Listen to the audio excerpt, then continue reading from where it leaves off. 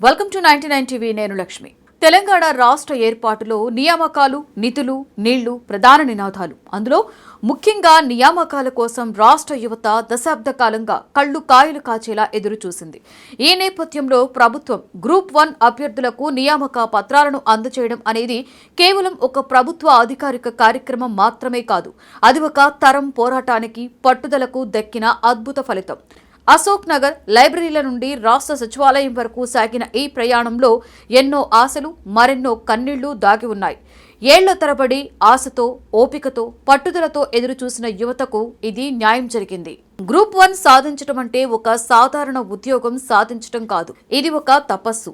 కొన్నేళ్లుగా తెలంగాణ యువత తమ జీవితాలను పుస్తకాలకే అంకితం చేశారు. ఉదయం సూర్యోదయం సిలబస్ కాపీతో మొదలై అర్ధరాత్రి మాక్ టెస్టులతో ముగిసేది. పండుగలు, పబ్బాలు, స్నేహితుల వివాహాలు ఇలా అన్నింటినీ కూడా వదులుకొని సొంత ఊర్లకి కూడా వెళ్లడం మానేసి ఏకాంతంగా చదువుకున్న వేలాది మంది కష్టానికి ఒక సార్థకత లభించింది. నియామక పత్రం అందుకున్నప్పుడు వారి కళ్లల్లో కనిపించే నీళ్లు కేవలం ఆనందానివి మాత్రమే కాదు, సుదీర్ఘ పోరాటం నుండి లభించిన స్వేచ్ఛకు నిదర్శనం.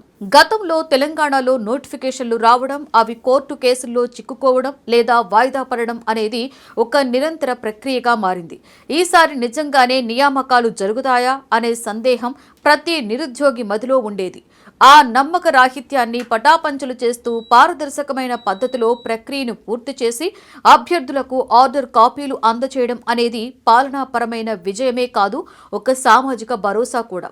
ప్రభుత్వం అభ్యర్థులను కేవలం ఓటర్లుగా కాదు, రాష్ట్ర భవిష్యత్తును తీర్చిదిద్దే అధికారులుగా గుర్తించి గౌరవించింది.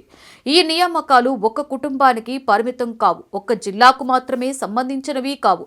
ఇది మొత్తం తెలంగాణకి వచ్చిన ఊపిరి. నిరుద్యోగం అనే మాట వినిపించినప్పుడు ఇకపై ఒక కొత్త మాట వినిపిస్తోంది. పరీక్షలు జరుగుతున్నాయి, నియామకాలు వస్తున్నాయి అనే నమ్మకం యువతలో ఏర్పడింది. గ్రూప్ 1 నియామకాలు గ్రామీణ ప్రాంతాల యువతకి కూడా ఒక ప్రేరణగా మారాయి. చిన్న గ్రామాల నుండి, మధ్యతరగతి కుటుంబాల నుండి వచ్చిన అభ్యర్థులు ఈ పోస్టులకు ఎంపిక కావడం వల్ల చదువుకు, పట్టుదలకు ఉన్న విలువ మరింత స్పష్టంగా బయటపడింది.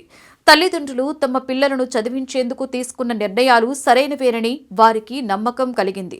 భవిష్యత్తులో ఈ అధికారులు తీసుకునే నిర్ణయాలు, ప్రజలతో వారు వ్యవహరించే విధానం కూడా ఎంతో కీలకం. ఎందుకంటే ఈ రోజు నియామక పత్రాలు అందుకున్న యువతే రేపటి పరిపాలన ముఖచిత్రం. ప్రజల సమస్యలను అర్థం చేసుకొని న్యాయంగా వ్యవహరించే అధికారులుగా వీరు ఎదగాలని సమాజం ఆశిస్తోంది.